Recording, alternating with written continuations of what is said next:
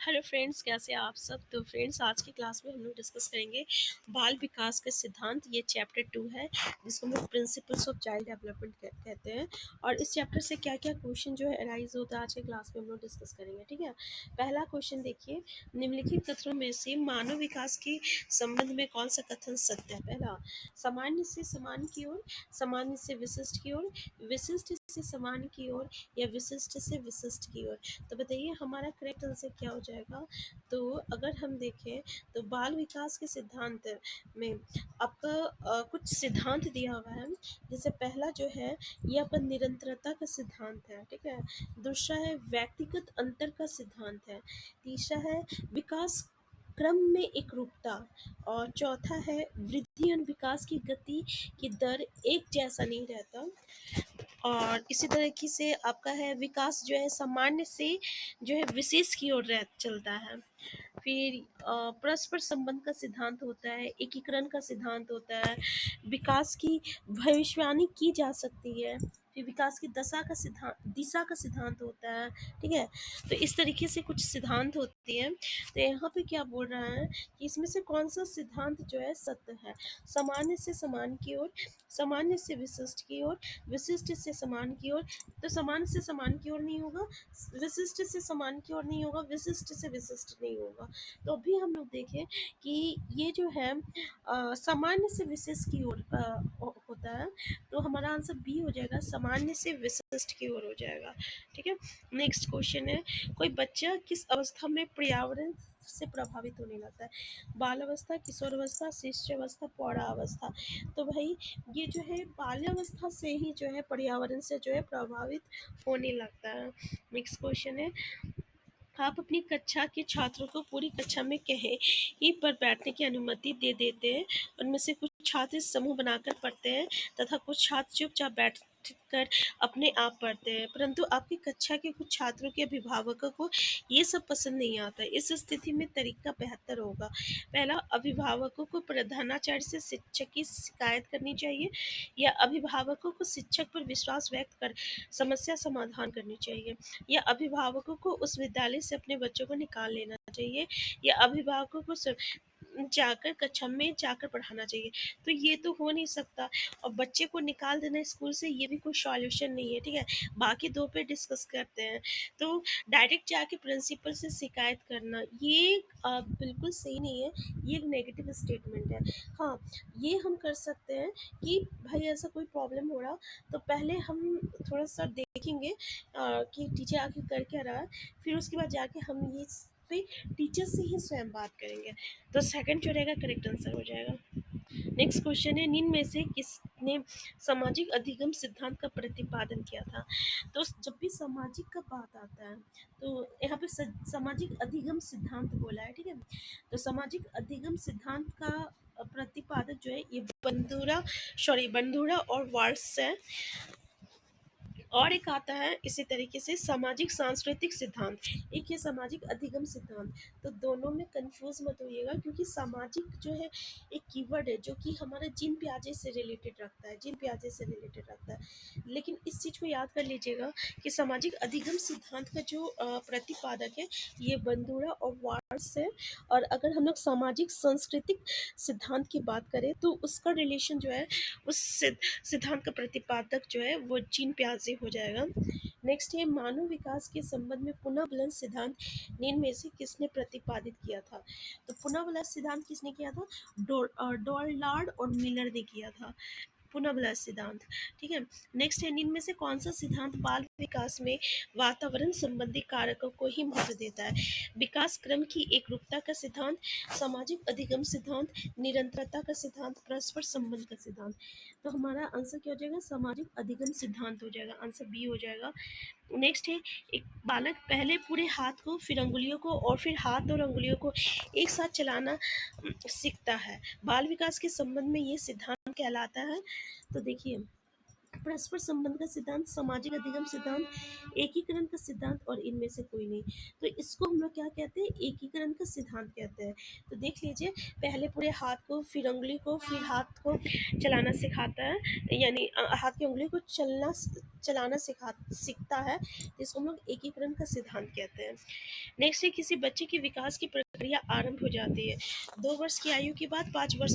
तो भाई ये तो याद रख लीजिएगा कि माता के गर्भ से ही स्टार्ट हो जाता है विकास, तो आंसर डी हो जाएगा।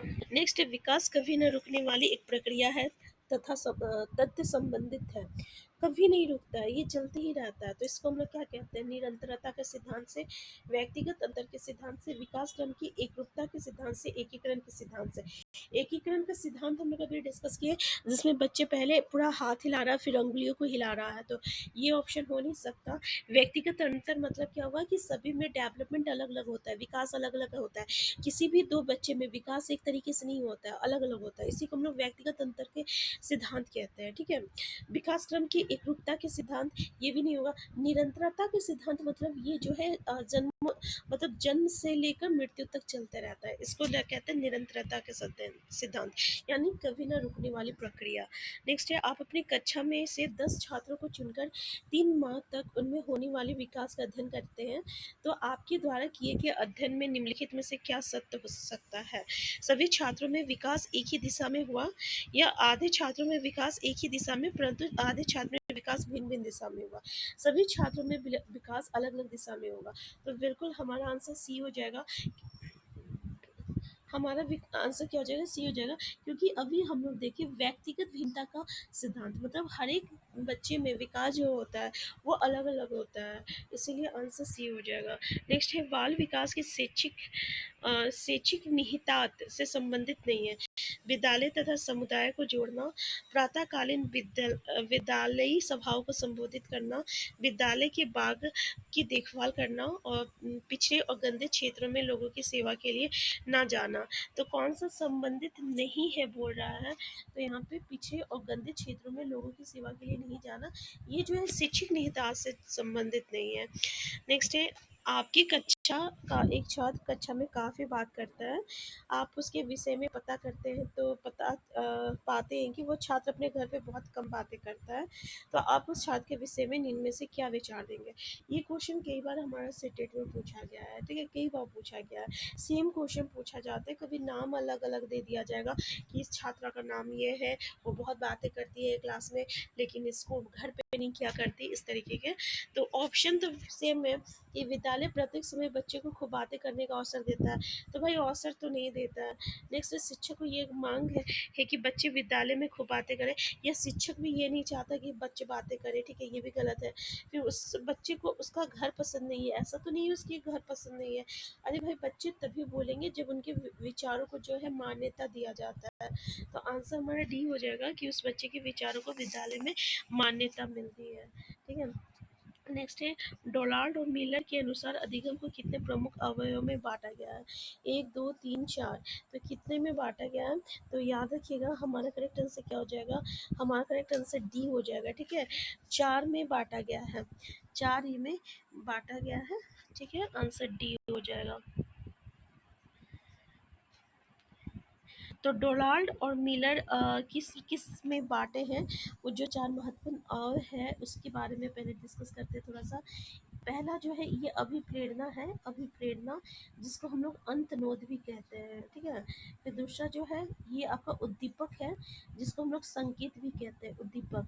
तीसरा जो है ये स्वयं का व्यवहार है, जिसको हम लोग प्रत्युत्तर भी कहते हैं, ठीक है। और चौथा जो है ये पुनर्बलन है, पुनर्बलन जिसको हम लोग क्या कहते हैं, पुरस्कार भी कहते हैं, पुरस्कार भी कहते हैं। तो ये 4 अवयव में विभाजित किया है आपका किसने किया है, तो डोनाल्ड और मिलर ने किया है, अधिगम को 4 प्रमुख अवयवों में विभाजित किया है।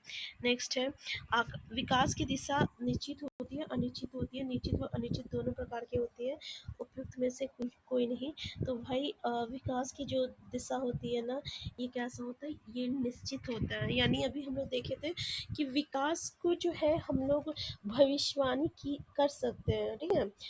इसकी भविष्यवाणी कर सकते हैं। और विकास की दिशा का जो रहता है ये निश्चित दिशा में आगे बढ़ता है। ये एक सिद्धांत है कि विकास की दिशा जो होती है एक निश्चित दिशा में जो है आगे बढ़ता है। नेक्स्ट है आपकी कक्षा की एक छात्र रजनी की लंबाई पिछले वर्ष की तुलना में लगभग चेंज बढ़ गया है, उसके इस परिवर्तन को आप क्या कहेंगे? रजनी का विकास तेजी से हो रहा है, उसकी वृद्धि तेजी से हो रही है, ज़्यादा काम करने लगी है पढ़ाई में। तो ये नहीं कह सकते, ये नहीं कर सकते, बाकी विकास और वृद्धि हो गया। अब हम देखें कि विकास और वृद्धि में अंतर क्या है। तो जब वृद्धि की बात होती है तो यहाँ पे जो है आकार में परिवर्तन होता है, लंबाई में परिवर्तन होता है। तो अगर इसकी लंबाई बढ़ रही है, ठीक है, तो वृद्धि हो रहा है। विकास जो है, विकास में तो सभी चीज़ें आ जाता है, जैसे व्यवहार आ जाएगा, है ना, आपका इंटरेस्ट आ जाएगा, हर एक चीज़ आ जाएगा। तो अगर हम देखें वृद्धि तो विकास का एक पार्ट है जो कि आपका कुछ ही समय तक रहता है, फिर ये बंद हो जाता है। जैसे कि किसी की हाइट तो एक निश्चित समय तक ही बढ़ता है, फिर उसके बाद वो बंद हो जाता है। तो इसकी हाइट बढ़ रहा है, इसका मतलब इसकी वृद्धि तेजी से हो रही है। नेक्स्ट है विकास के संबंध में निम्नलिखित में से कौन सा कथन सत्य नहीं है? पहला, विकास की प्रक्रिया एक निश्चित दिशा में होती है। हाँ भाई होती है, अभी हम लोग देखे थे। नेक्स्ट है वृद्धि और विकास की क्रिया भाषानुक्रम और वातावरण का सही। हाँ होता है, वृद्धि और विकास दोनों पे डिपेंड करता है, जिसको हम लोग वातावरण और भाषानुक्रम कहते हैं, मतलब हेरिडिटी एंड इन्वायरमेंट कहते हैं। ये दो फैक्टर होता है जो कि विकास और वृद्धि को जो रहता है अफेक्ट करता है, और जिसके बारे में क्वेश्चन पूछा जाता है, बहुत ईजी पूछा जाता है।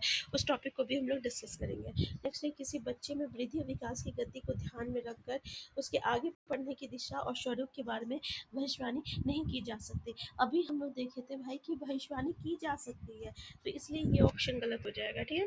और ये हमेशा सामान्य से विशिष्ट की ओर जाता है, ठीक है। आंसर डी भी सही है, तो आंसर सी जो रहेगा करेक्ट आंसर होगा। नेक्स्ट है विकास प्राणी में प्रगतिशील परिवर्तन है जो निश्चित लक्ष्यों की ओर निरंतर निर्देशित होते रहता है। ये कथन इनमें से किसका है? हॉर्लॉक का, जीन पियाजे का, ड्रेवर का, फ्राइड का? तो ये जो स्टेटमेंट है ये ड्रेवर का है। ड्रेवर ने कहा कि विकास जो है प्राणी में प्रगतिशील परिवर्तन है जो निश्चित लक्ष्यों की ओर जो है निरंतर निर्देशित होती रहती है, मतलब बढ़ता ही रहता है। तो आप देख सकते हैं कि वृद्धि और विकास जो है इससे रिलेटेड बहुत ही इजी क्वेश्चन आता है, और जो भी क्वेश्चन था वो हम लोग डिस्कस कर चुके हैं। बाल विकास के सिद्धांत, बाल विकास के सिद्धांत से एक क्वेश्चन आएगा, और सारे सिद्धांत को हम लोग डिस्कस कर चुके हैं, ठीक है ना। तो आज की क्लास हम लोग यहीं पे रखते हैं। फिर से हम थोड़ा सा बाल विकास के सिद्धांत पे थोड़ा सा फोकस करते हैं। पहला सिद्धांत बोलता है आपका निरंतरता के सिद्धांत, जो कि मतलब जन्म से लेकर मरते तक चलता ही रहता है, मतलब हमेशा चलता ही रहता है, ठीक है, कभी नहीं रुकता है, उसको निरंतरता का सिद्धांत कहते हैं। दूसरा व्यक्तिगत अंतर का सिद्धांत, जो कि डिफरेंसेस हर एक में होता है, यानी विकास जो है होता है व्यक्तिगत डिफरेंस, मतलब हर एक में अलग अलग होता है, ठीक है, एक जैसा नहीं होता, इसको हम लोग कहते हैं। फिर विकास क्रम की एकरूपता, इसमें विकास की गति जो रहता है एक जैसा नहीं होता है, ठीक है, इसमें अंतर देखने को मिलता है। नेक्स्ट है वृद्धि और विकास की गति जो रहता है ये एक जैसा नहीं रहता है, ये भी ठीक है। फिर इसी तरह विकास जो है ये हमेशा सामान्य से विशिष्ट की ओर रहता है, और इसके अलावा विकास की भविष्यवाणी हम लोग कर सकते हैं। फिर एकीकरण का सिद्धांत होता है, एकीकरण का सिद्धांत होता है। फिर आपका विकास की दिशा का सिद्धांत जो रहता है निश्चित रहता है, ठीक है। और विकास और वृद्धि और विकास जो रहता है उसका इफेक्ट वाशानुक्रम और वातावरण का परिणाम होता है, ठीक है, संयुक्त परिणाम होता है। और ये हमेशा सीधा ना होकर वर्तु देखिए सीधा नहीं रहता है, ये जो विकास होता है ना ये सीधा नहीं होता है, यानी लंबवत सीधा नहीं होता। कैसा होता है? तो ये आपका वर्तुलाकार होता है, ये देखिए वर्तुलाकार होता है। ये पॉइंट बस याद रखिएगा कि बालक का जो विकास होता है ये लंबवत सीधा नहीं होता, लंबवत सीधा नहीं होता है, बल्कि कैसा होता है तो इसका जो रहता है ये वर्तु इस तरीके से वर्तुलाकार होता है, ये बस याद रखिएगा। बस यही था, ठीक है। इसके अलावा मिलर एंड डोनाल्ड का जो अधिगम का सिद्धांत में अधिगम का 4 महत्वपूर्ण अवयव दिया था वो अभी हम लोग डिस्कस किए थे। अभिप्रेरणा, उद्दीपक और स्वयं का व्यवहार और पुनर्बलन, ये पुरस्कार जिसको हम लोग क्या कहते हैं, अंतनोद कहते हैं, संकट उद्दीपक कहते हैं, प्रत्युत्तर कहते हैं और तथा पुनर्बलन कहते हैं। तो ये था आज का क्लास। नेक्स्ट क्लास में हम लोग नेक्स्ट चैप्टर को डिस्कस करेंगे। Thank you.